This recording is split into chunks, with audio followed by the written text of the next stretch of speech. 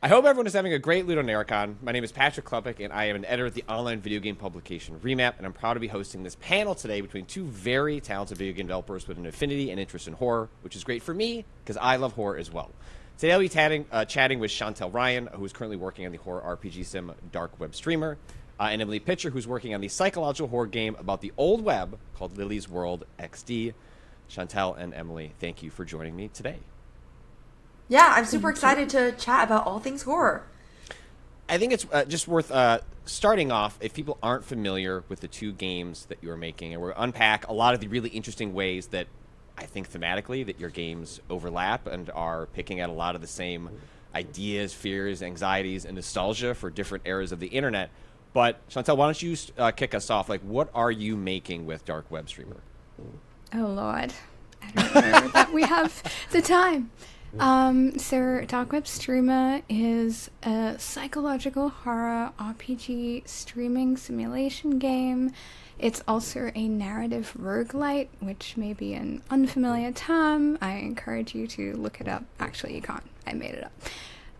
But, you play as an occult streamer on the dark web. Your job is to go onto this old 90s style internet, find the weirdest, creepiest things you can find, bring them back to your stream, try to impress your viewers enough to get enough subscribers to become the #1 ranked streamer on the internet. But, unfortunately for you, the supernatural is real, and you will begin to contend with all sorts of demons and ghosts and stalkers and all that good internet stuff. The game is also completely procedurally generated. So that means every time you play, it's a completely different experience. The entire internet itself is procedurally generated. So yeah, you're gonna have a crazy time. And Emily, what's happening in Lily's World XD? Yeah, so Lily's World XD is a psychological horror game about investigating a young girl's computer. You channel your inner 2000s teen as you customize her cringy blog, look through her embarrassing photos, and talk to her crush on AIM. Everything seems normal until you find messages addressed to you. Someone realizes you're not Lily. So if you enjoy things like dark internet mysteries, the early web, or girlhood, this is a game for you.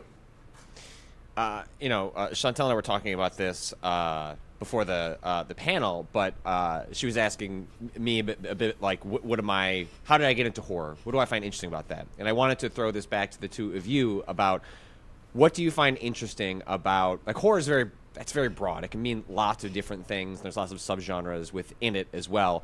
But what do you find interesting about horror, and at what age did you realize this is something you find interesting, and it was interesting enough that you wanted to make art around it? I think for me, my introduction to horror is actually very recent, so I can talk about it. So before this game, I only made cozy games, wholesome games, heartfelt games, and I stayed away from horror because I thought of it more as just jump scares, like, oh, there's a scary monster in the woods, and that kind of adrenaline never really appealed to me. But then about a year and a half ago, I kept having people say, play Amori, it's such a good game. And no one would tell me anything about it, whether it was scary or not. So I played it and I realized, oh my gosh, there is a whole new world to horror. I played other horror games which I really enjoyed, like Inscription, I played Mouthwashing. And I realized that horror is such an exciting genre because you can innovate in storytelling, aesthetics, etc. And I also love horror because it plays with your fear. It allows you to go to a more vulnerable place, storytelling wise and emotional wise. So, I am a writer first and foremost. That's what appeals to me most about game development. And I thought that, again, horror was just jump scares, but I realized that it actually allows you to go deeper into a story and really, really connect with the player. I mean, I'm nodding because I agree. I am also a writer first and foremost. It's funny how that happens. We all sneak into game dev these days. But yeah, as I was saying to Patrick, I was born in horror, essentially. When I was 4, my favorite movie was Child's Play, which is, the Chucky doll. Actually, my family thought this was hilarious. They bought me a Chucky doll, so I was like the Wednesday Addams who like would carry around the Chucky doll. It was my favorite. It went everywhere with me. Did this one have the knife or not, or was it just the Chucky doll? No, Just the Chucky it doll was itself? like kind of it was like the original like boxed version. I see, So okay, it okay. looked innocent but a little bit devious, which I think made it better. Sure. It was like you had to know. But yeah, so I just 4 years old, I love Chucky. I love Goosebumps books. If it was scary or creepy, like I was into it. That was my thing. Very quickly progressed to stuff like Stephen King and, more kind of mature psychological horror. And just like always felt I felt connected to humanity when I engaged with horror, because it went deep. It went to the heart of what are we afraid of? What do we fight for? What do we run from? What do we as human beings gather around? Like, what connects us all? And I think at the end of the day, the things that we fear are the things that ultimately bond us, that create societies. I'm an anthropologist as well as a writer and a game dev.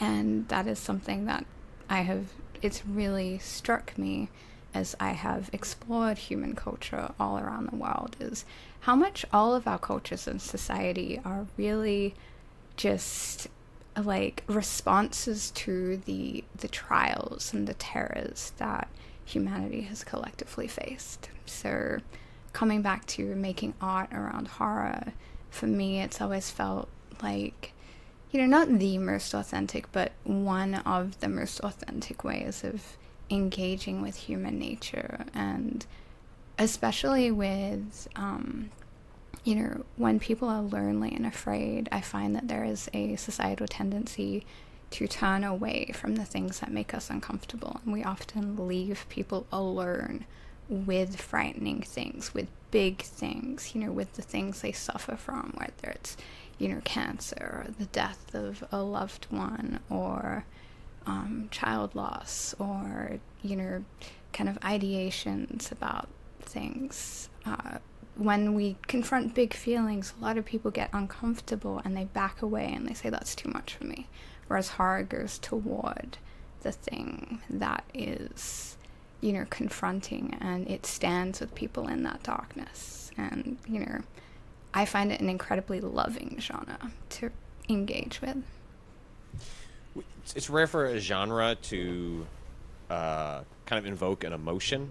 Like genres are often describing actions that sort of occurring, especially in video games. But horror, I think Emily, you just used this word, but there's a vulnerability to horror. Like when you are engaging with a work that self-describes as horror, and then you as the person come to that work, it's essentially like the creator's being vulnerable, the person is being vulnerable, and that you're, by engaging in something that says it's horror, like you're saying, like, I want to experience an emotion, and that's just a very vulnerable place for like both the artist and the person interacting with the work to be at, which I think speaks to it's very normal, I think, Emily, to come to horror with like all the tropes in mind, which is that like it's blood and gore, it's jump scares, and it is that. And I gotta admit, I love a lot of that stuff about it. But I think, as you've discovered, that horror is also like a really large emotional tapestry. And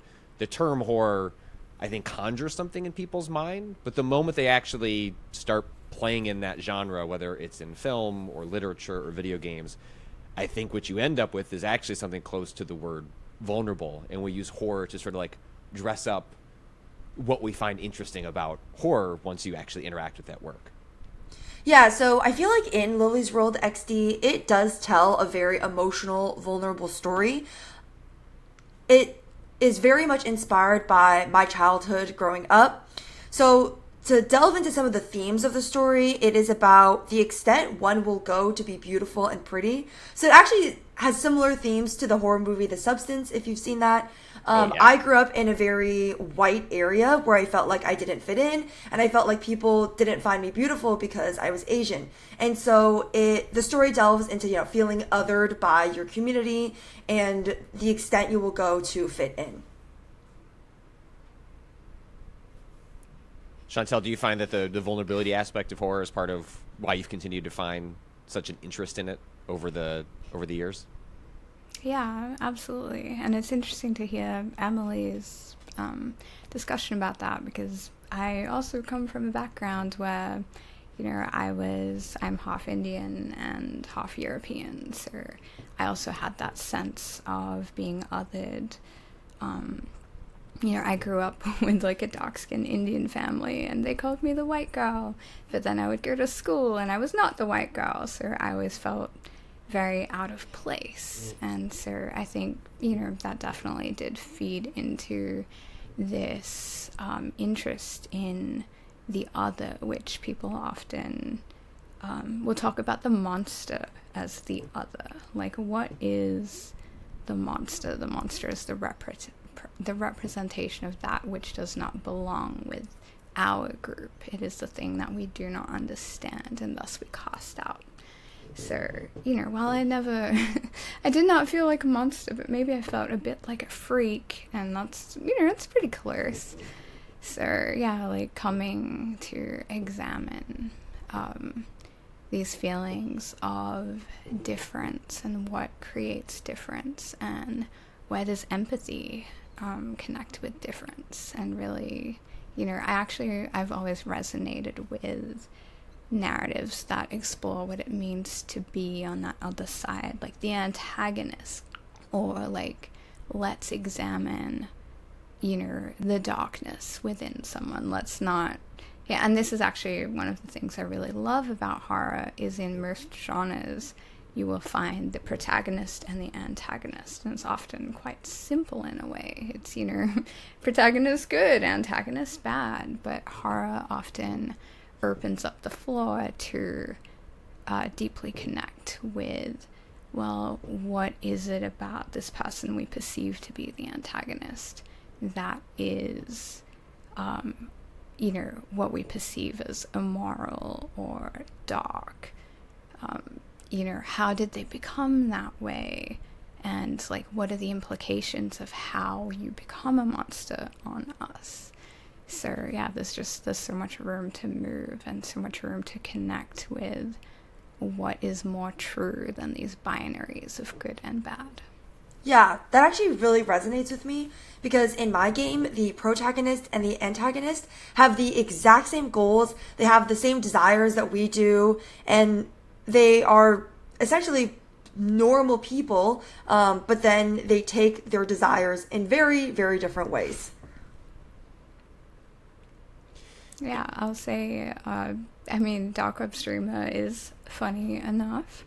Also an examination of that. It is, let's take a normal person who becomes a streamer, who begins to, ascend the heights of fame and fortune. We present people with paths. Or who are you going to be? Are you going to choose, shock and darkness? Are you going to choose self-mutilation, or, kind of this like shock jock kind of streaming persona? Or are you going to, stand on the side of compassion and kindness, even though it's a little more boring? We want to examine how do,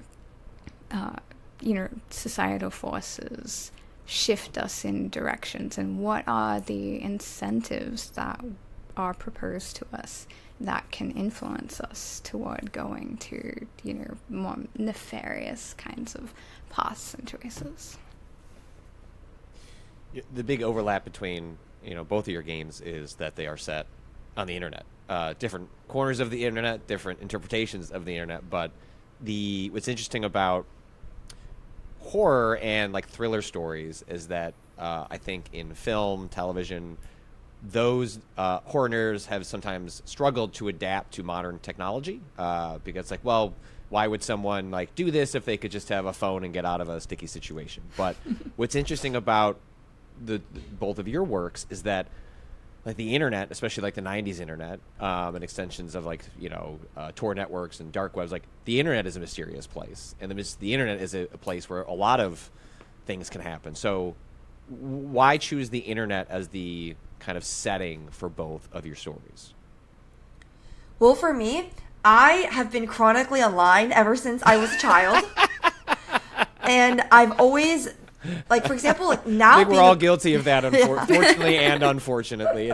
It's why we're all here, but also, It's true. was it the right decision? Who could say? We're here anyway. It is what it is. So my day job is I'm actually a content creator. I make videos about game development, and I realized that I don't really like the content creation landscape in a lot of ways. It's very algorithm driven. I always feel like I have to be bold or attention seeking to get views, but that's also how I make my money.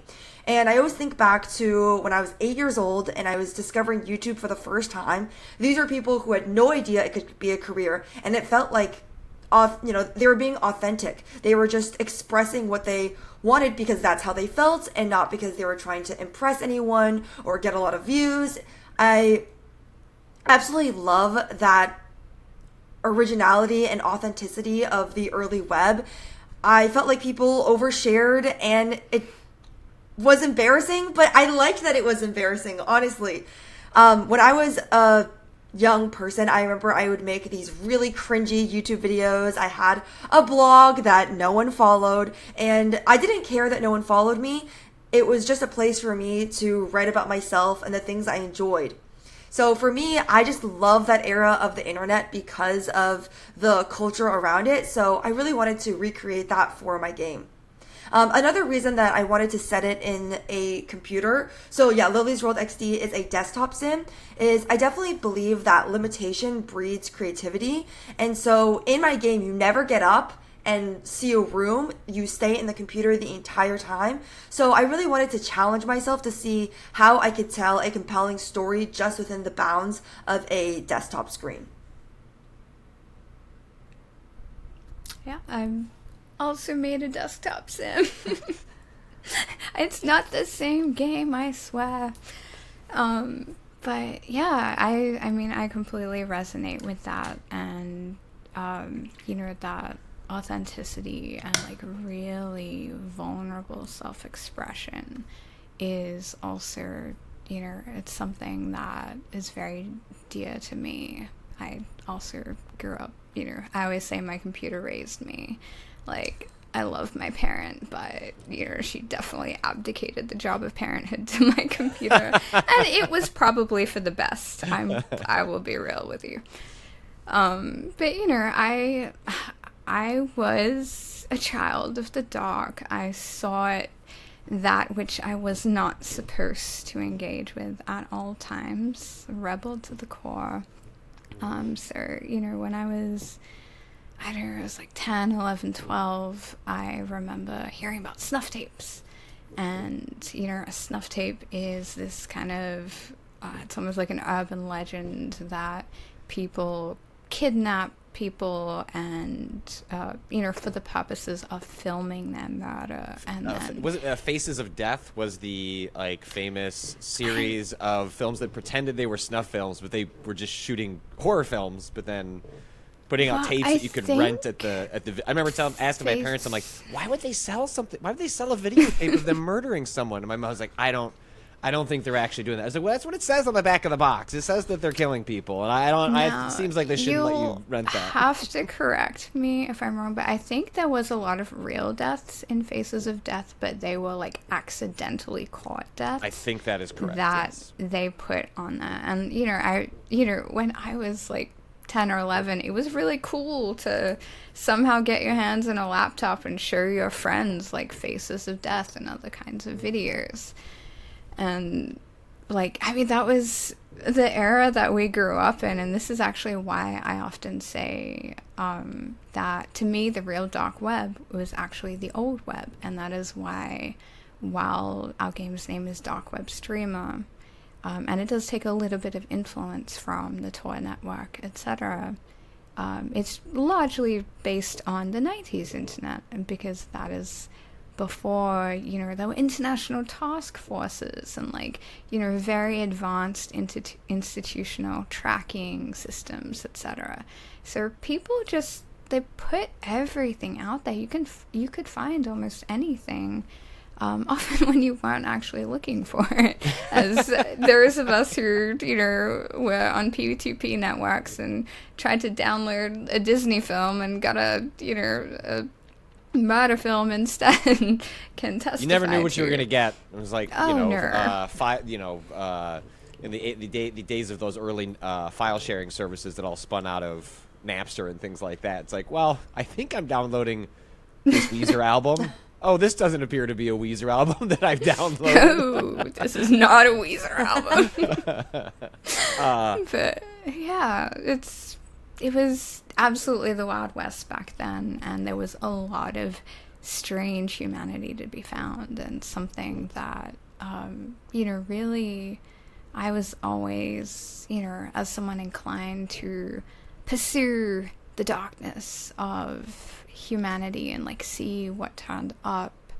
I also, I had a sense that the supernatural was real. I had strange experiences. I just had an instinct that, there was more to this world than met the eye.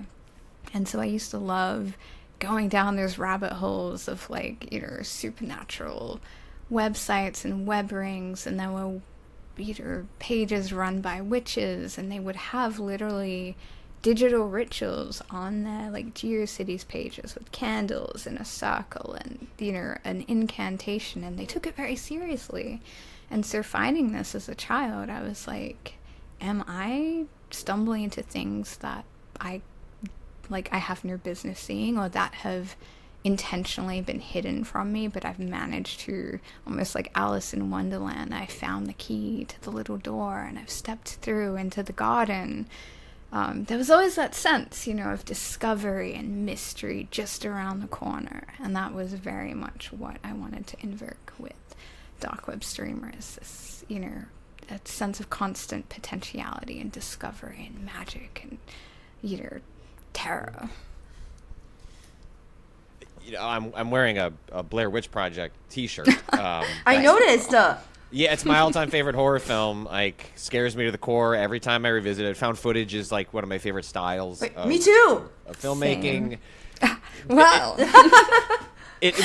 I find found footage, and this was really established in seeing the Blair Witch Project. Was it cuts to the core of I grew up with video cameras and editing my own little short films and stuff with my friends, and there's just something about that format that it could be I will watch any found footage film, the worst of the worst, and I will still find something unnerving about it because it feels as though I've cut to a core of reality in a way that the artificial nature of any other form of filmmaking it has to work harder to scare me, whereas found footage, it's if a guy's holding up a camera and someone walks across the screen in an alien costume, I'm halfway there already, just because I know that it's on footage. And what's interesting about the Blair Witch Project specifically is that I fell hook, line, and sinker. That movie came out in 1994, 96, right around there. And I think it was 96. And there was a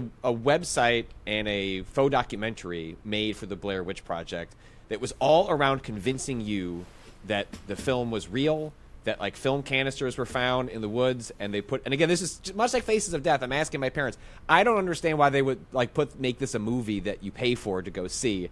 But I was on that early 90s internet.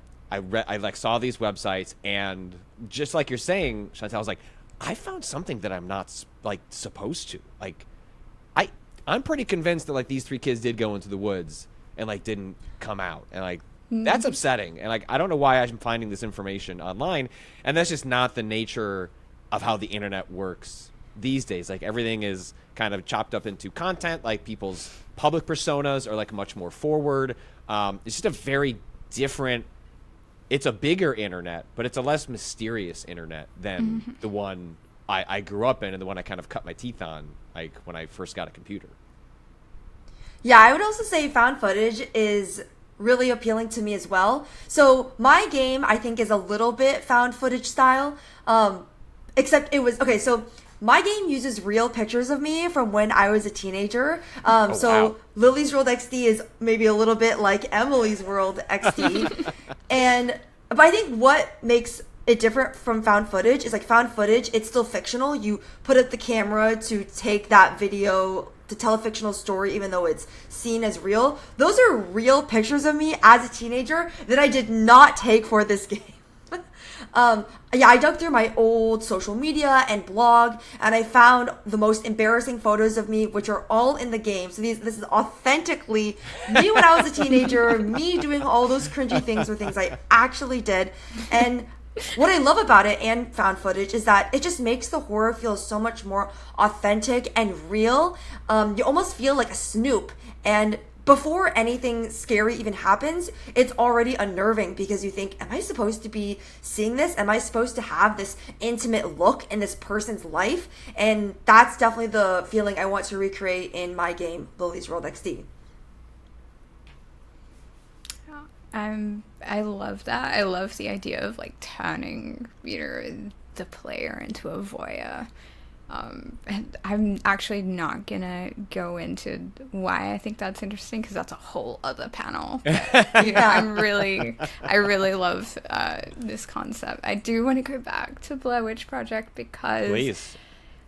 like, love it, obsessed with it. One of my favorite, films of all times because, like, I cannot separate the film from the the marketing around it. I don't even like to call it marketing because I don't, like, while it helped with marketing, I really think that what they were doing was contributing lore. So they were allowing for the authenticity of that found footage where they were like, these are tapes we found. But also part of the movie is, well, here's extra story about, these tapes. Here's like the other part of these tapes. And in our society, the way that we deal with media, we don't really have a good way in which currently we capture transmedia projects. So we're kind of just like, this is a film, and this is a game, and this is like some pieces of writing. But really, I think Blair Witch Project was meant to be experienced as both, a set of tapes as well as the exposition and the letters that came with it, etc. And yeah, it was like this crafting of the suspension of disbelief. It was, part of the thrill of that film is this really real? Like, did this really happen? Like, and what is so powerful about the question of did this really happen is largely because it's supernatural. So not only did the Blair Witch Project, kind of convince the whole generation that, at least maybe these people actually did die out in the woods and were watching this documentary footage, but there was a much bigger implication of, are witches really real? Is all this like urban legend stuff, is that really real? And there was a collective cultural moment of, holy shit, did the internet just introduce us to the fact of reality that witches and like all this magic lore is actually true and like lurking around? Like, what are the implications of this? And like, that was a global phenomenon.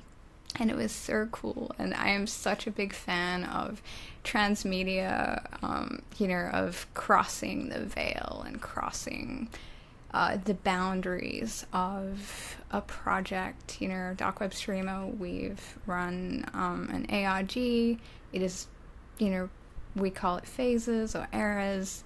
That is not finished, but, even in the game, we will have things that send you out into the real world that you can choose to engage with if you want, that will introduce you to more about not just like the lore of the game, but importantly about the world, like learn more about the strangeness of the world around you. And yeah, I just think there's such a tremendous power to the transmedia approach. I'm also obsessed with transmedia. I absolutely love ARGs. And yeah, Lily's World XD also has some ARG elements. So if you see a real social media in the game, maybe look up that social media in real life. Or, you know, certain things in the game will lead to certain real life things. And I absolutely love that blurring of like, is this a game or is this reality? I really want my game to feel immersive and like it's actually happening. Again, that's actually another reason why I kept it in a desktop, because if you get up and walk in a room, you know that room is not yours, but you are playing on your computer, and the premise of the game is that you found a girl's computer. Also in the game, you play as yourself, the player. You don't play as a fictional character, so I feel like that can make it even more immersive. But yes, transmedia is one of my favorite things ever. Well, and I think the kind of trap I fell into with the Blair Witch Project was like, you know, I was young and I was like easily impressionable, and there was no framework for anything like no one had tried anything like what the Blair Witch Project did. It is what leads the path towards actual like ARGs, and like being able to call it an ARG. They were just doing world building, lore. Like we weren't even using those terms. It was just stuff that was happening around this film. But even just the very nature of, I'm interested in this movie. I'm going on websites. I'm watching this. I think the faux documentary aired on the Sci-Fi Channel. I think that's where it like originally aired, but I think it's on like the different disc versions of the film now. But that very like seeking it out, that's a layer of interaction, which is not too far from then saying you're playing a video game. Like what occurs beyond just the passive nature of watching like a very immersive film like the Blair Witch Project. Once you've sought out other things, you've added an interactive layer, like a choice by the individual to seek out other things that then influence some other piece of art. And so I wonder, for the two of you, for the kind of stories you're telling, why was it important? Because I think when a lot of people think horror, they think films, like they think television, as popular as horror video games are, especially on streaming. But the interactive nature is crucial to the stories you're telling. And I'm wondering why a video game, like, to tell this story? Like, why was interactivity like integral in order for this story to come across? So for me, the inspiration for Lily's World XD actually started with horror YouTubers. I absolutely love channels like Nexpo or Nick Crowley. They do these hour-long deep dives that are similar to what happened to this Reddit user, or the dark story of da-da-da-da-da. And I just loved watching them so much. I felt like I was in this unique rabbit hole of the internet. And for me, I thought to myself, okay, but when I watch these YouTube videos, I'm just passively watching. It does feel very interesting, but I don't relate to it. I'm not in it. What if I was the subject of that mystery? What if I was the one uncovering it for the first time? And that's actually what started the story of Lily's World XD. I think what makes it really important that it's a game and not some other media is the fact that you really, really connect with Lily, the main character. I am making a very character-driven horror game, and in it, you don't just see into Lily's life, you see into other characters' lives. And throughout the game, you actually have the chance to interact with the people in Lily's life. And I think that level of interaction just brings a whole new level of connection to the characters. It's very cool. I want to play your game. I'm just sitting here like, yes, I would like to meet Lily. Dark web streamer is, so when I started working on it, I was not a game developer. I was a writer. I was in my final year of my anthropology and English degrees.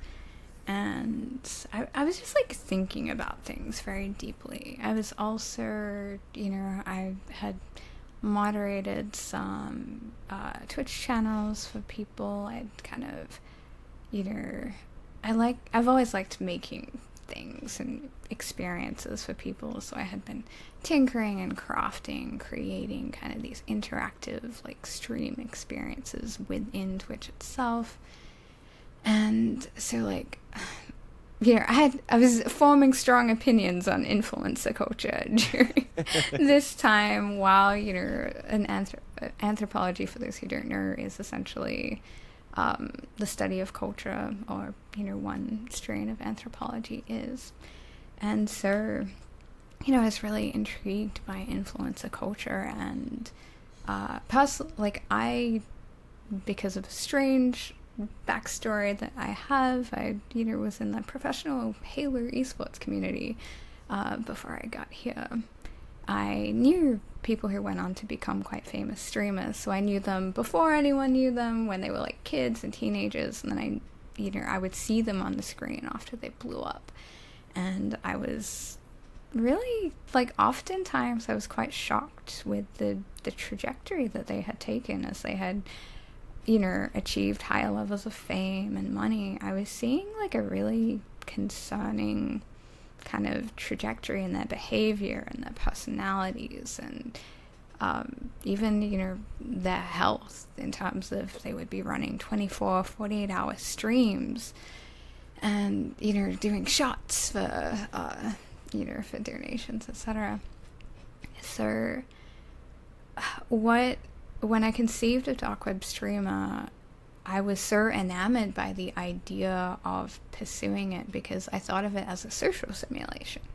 I was like, well, I really actually want to engage more with this exploration of streamer culture, but what's interesting to me is the choices that people are making as they are kind of they are streaming, and I streamed in the past as well. I actually made my living from it before Twitch was a thing for a while. So I'm not a stranger to, to the choice making either. But yeah, so I was just the best way of exploring culture is to participate in the culture. And I think that the best way to explore this kind of culture is to really engage with the decisions that people are faced with when pursuing more fame. So when people are okay, how do I get more viewers? How do I up my donations?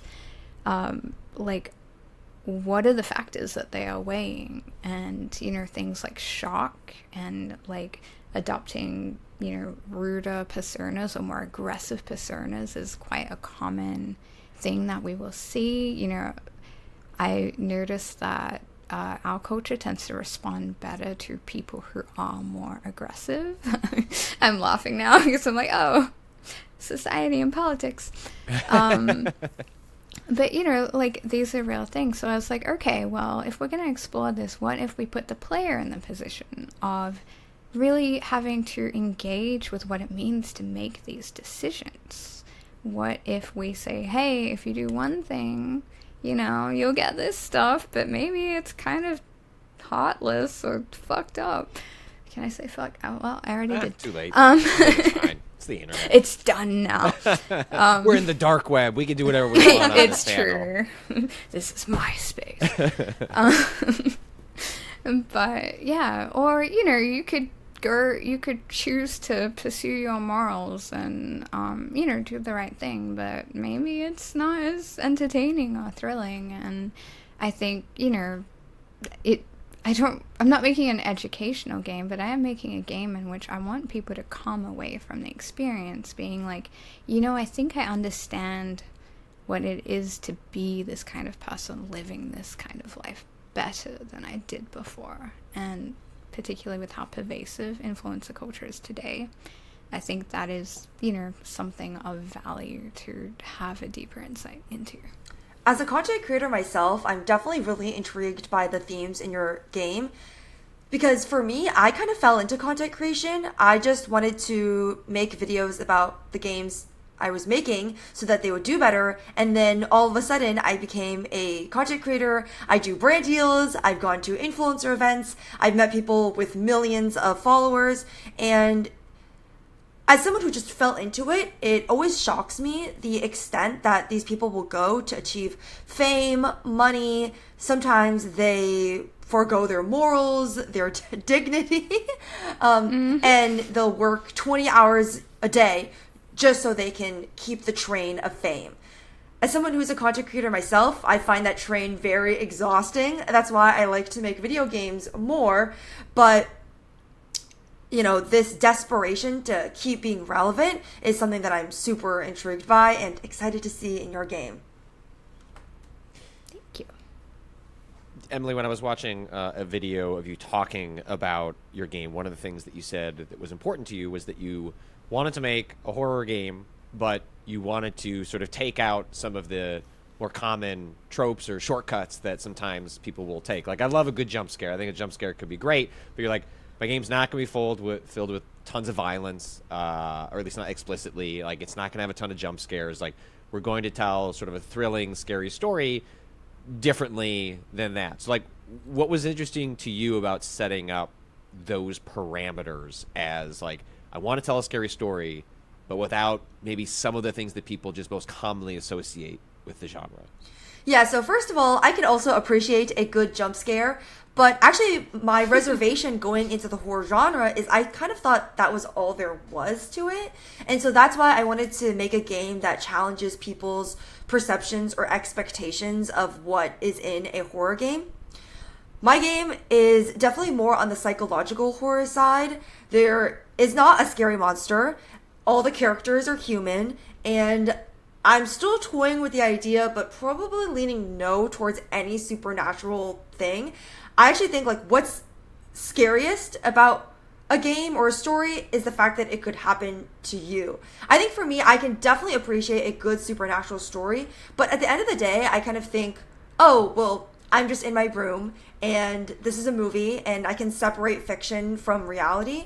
But I think with my game, because it is so rooted in real life, I do feel like, again, a lot of the story is about my younger self. All the characters can be conceivable in real life. That actually is what, to me, makes it scarier. The fact that you resonate with the horror, the fact that you could see it happening in real life and in this day, and the fact that you could be a victim to the story in my game. Related to that, Emily, the kind of the aesthetic that you're building in your game is like the internet that I grew up in. You know, it's like I watched all this stuff happen. I'm fascinated by what was some of the process to, like, learn how this internet worked, like what the culture was, what the aesthetics were, like how did you sort of undergo that project to just sort of understand the structure of the internet that you wanted to reflect and build?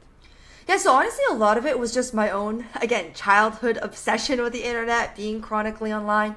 I had my own cringy blog, and so I actually uncovered it, unfortunately, and read through all my blog posts, like saw the pictures I used. It was bad. I'm not gonna lie. I know you said you were making a horror game, but that sounds that's truly scary. Having to read what I wrote You at are 12 years brave. old, Yeah. I So simply brave. could not. I Yeah. simply could not. So there's also a cringy blog in the game. And so some of the pictures are from my actual cringy blog.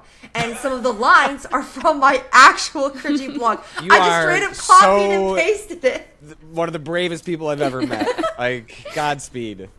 And when I was a kid, I loved sending questionnaires to my friends. So what I would do is I would use Comic Sans, because that was the font of the time. And every line would be a different color. And I would be like, what are you guys doing right now? Emily, : Sherry, : Rebecca, : and then they would reply, and in the colon, they would say their answer. And so I actually followed a very similar structure for the blog, where I used a Comic Sans-like font, and it was like, what do you like doing in your free time? Or like, would you rather be a friendless loser or and I would answer it like I would my 12-year-old self. Actually, just like, yeah, looking through my old emails, conversations really guided the style of the game. So in it, I also recreate AIM. And so I kind of looked at how I would talk to my friends and kind of, I feel like, my younger self was a little bit bitchy, angsty, annoying, but somehow in, that weird internet lingo or just immaturity. I would have truths. I would have nuggets of truth. And I think that is very similar to the conversations in my game. And so in it, you'll read conversations between Lily and her best friend, Lily and her crush. And, you know, some of it is very amusing or funny. They talk about their favorite music. They complain about homework or classmates they have. But then sometimes they have moments of realness where they talk about what it means to grow up in this town, how they feel about themselves and the people around them, the people they want to be when they grow up. And so that was definitely how I crafted the story. The aesthetic is also very girly and retro. If you look at the game, it doesn't even look like a horror game. It just looks like a young girl's computer. And, you know, when I was a kid, I loved decorating things. Again, my blog, I wanted it to look like it was fully me. I remember having a Tumblr, and I would spend hours browsing themes to make it look exactly the way I wanted. And so the computer is very curated to match Lily's aesthetic, which is also partly my aesthetic now and the one I had when I was a kid. I don't know if you've watched this film, Emily, but if you haven't, I'd recommend it. It lines up with your work. There's a horror film called Unfriended. Yes. Which is okay, terrible title for a film. Yes. Love it. Like, deeply so underrated horror film. It's like, I was like, I imagine you've seen all of the computer, like, Searching, which is more of a thriller but like, Unfriended is one of those, like, I know it's got like a Facebooky logo. It sounds like incredibly lame, but like it's actually like a really good. It is really like, good. It's not all UI, but like it's mostly UI and a computer system, and I think it's like really effective at a horror story told like largely using a computer interface. Like, deeply underrated film. I know. I really like it. The marketing makes it look a little bit cheesy, but it's really fun. And I'm always so curious about how they film found footage. I assume it's a lot of improv, but like, you know, do they actually use a webcam in certain ones? I don't know. They do. Yeah. It's a really good movie. I'd recommend watching it. It is. Okay, great. We're all on the same page. Yeah. Doesn't have to be right. Now that's just a group Unfriended. recommendation. Yeah. You should watch Good. Unfriended. It's like shockingly good for what the marketing portrayed it as. Chantal, I'm curious, you know, I think people have heard of the dark web. Maybe they've heard of Tor. But like, how much is your experience of the internet and like some of the terminology you're invoking and talking about in dark web streamer, like stuff you experienced yourself or stuff that you decided to go experience once this was the kind of story you wanted to tell, and I need to better understand these corners of the internet, how they operate, and how I can tell a story about them? Well, I guess it's upfront worth noting that my game is largely based on that kind of like 90s, early 2000s tier cities. You know, at times early MySpace era. Angel Fire. What was that? I was trying to Angel remember the Fire, other places Likers, where. yeah. I remember the websites I would go to get like free web hosting that I would pick based on whoever gave me a slightly larger The memory, MERS like storage, storage yeah. store. I think I remember Angel Fire being the ones like, we'll give you like slightly more than GeoCities / Times Square would. Yeah, damn. Well, yeah, but Angel Fire was like the like inferior race, so I'm sorry about that. That's how they get you. But yeah, so like I've kind of I call, you know, dark web streamer an anachronistic game because it is ultimately a fusion of old culture and old technology with new culture and new technology. So back in the day, we did not have this kind of streaming culture. You know, like there was stuff like chat roulette, etc. in the MySpace era, which was kind of that, you know, mid 2000s is really when that kind of, you know, people's internet became good enough and webcams became ubiquitous enough to actually be having these video chats regularly. But yeah, so much of the dark web streamer internet is very much based on those older, more authentic, you know, 90s, early 2000s internet, where people, I'll mention that I have a golden rule on our internet, and that is no corporations. So there's no big brother in dark web streamer. There is no kind of like, you know, tracking. There's Well, there's a little bit, but it's like very kind of some loser dude on learn in his room. There's no kind of bureaucratic, capitalistic takeover of the internet, and that's very intentional, because to me, the beauty and the whimsy of that internet was the fact that it was individuals who had come together to create almost this dream of, like, you know, psychological humanity. But at the same time, you know, it is an exploration of influencer culture and modernity. So, you know, I'm such a nerd. It's like, I don't know how to better describe it than that. I love being in the guts of my computer. So obviously I was all up on Tor. I was all, you know, well before I was making darkwebSTREAMER. I'm deeply in love with the internet, and I always have been. I love to be all over its spaces and, you know, participating in, you know, the cultures of the times. So, you know, Tor is a place where I was like, oh, are we creating the real internet again? Not this hellscape of, like, you know, 2010s, 2020s. So I was like, I'm going to check out Tor. I'm going to look around. And, you know, to me, it's mostly an underwhelming place. It's kind of a, there's been a lot of edgelords attracted to it. Whether, I think people think they're going to like a cool nightclub they've never heard of, and it's like Exactly, actually just that is kind of like the a bunch vibe. of losers It's selling drugs sort to of each the other. vibe. It really is, and it sucks because, like, I wanted to find magic, and I wanted to find people being really, really real, and, you know, there is that stuff on there, but that's not the culture of the place. The culture is like, oh, look, we're doing, you know, either illegal stuff or just boring stuff, and, like, you know, companies have tried to be cool and, like, we have an Onion page, which, you know, is a site on the Tor network. I'm like, fuck off, Facebook. No one cares. Stop ruining our new space. I will say, you know, I don't advertise, but darkwebSTREAMER may or may not have pages on Tor. For people to one day discover. No one has yet, so good luck to you all. There is a network that I dedicatedly host for years.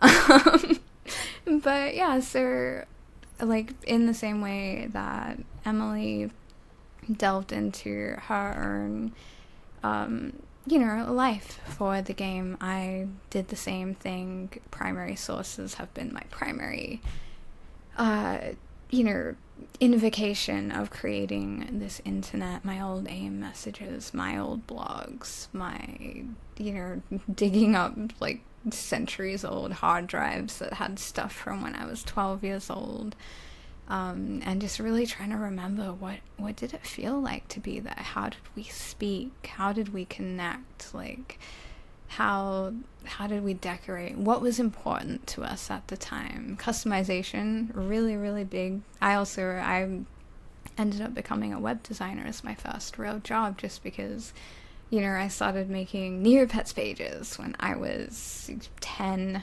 because everyone else had cool ones, and I'm like, I want to learn how to do that. How dare you guys have cool ones, and mine is basic.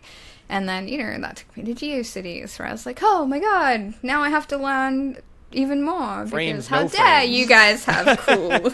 Yeah, right? Like, the beauty. I loved it. I coded web pages in Notepad, you know, you save as .html, turns into a website. Incredible. And I started getting jobs because, you know, in the 90s in Australia, the only person who knew how to make a website was the 10-year-old, so hire the 10-year-old. I was also my computer administrator at my school, which, you know, is not an uncommon experience for people who grew up in that time. Incredible. But yeah, and then I spend a lot of time actually going through GeoCities archives and old web archives, which do exist today in tragically broken states. A lot of people won't be aware, but GeoCities, the company that bought it, I think it was Yahoo, ended up just very spontaneously deleting almost all of GeoCities, just because they didn't want to pay for it anymore, I guess. And to me, as like an anthropologist and a I feel in my heart I am a historian. I am not a historian by degree, but it deeply wounds me because I do believe that that era of time and those pages, those were our homes on the internet. We created a habitat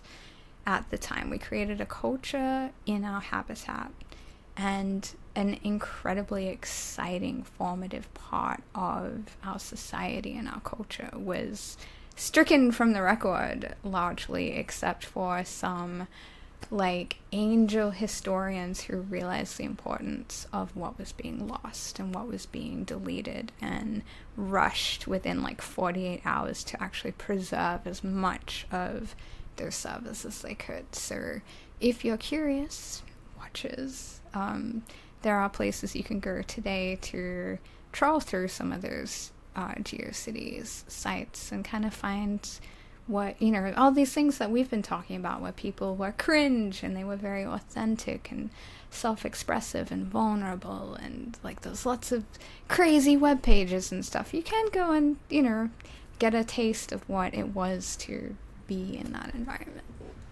That's my spiel. Well, and your spiel brings us, unfortunately, to the end of this panel. I've been given my warning to wrap things up. We could have kept going, but we've got our time limit. But this has been a really wonderful discussion. If you've enjoyed this panel, please go to Steam and wishlist darkwebSTREAMER and Lily's World XD. Any sense of when those games are coming that you can give for people, or when they can expect more? My game is going to come out fully towards the end of 2026, and then a demo will come out earlier than that. I don't know exactly when, maybe early 2026. I'm actually done with the demo. I'm just trying to find the right moment to push it out to everyone. Very cool. Exciting. Mine is a secret. Okay. Mysterious. Just like the dark web. Well, thank you to the two of you for joining me, and I hope everyone else has a great LudoNarraCon.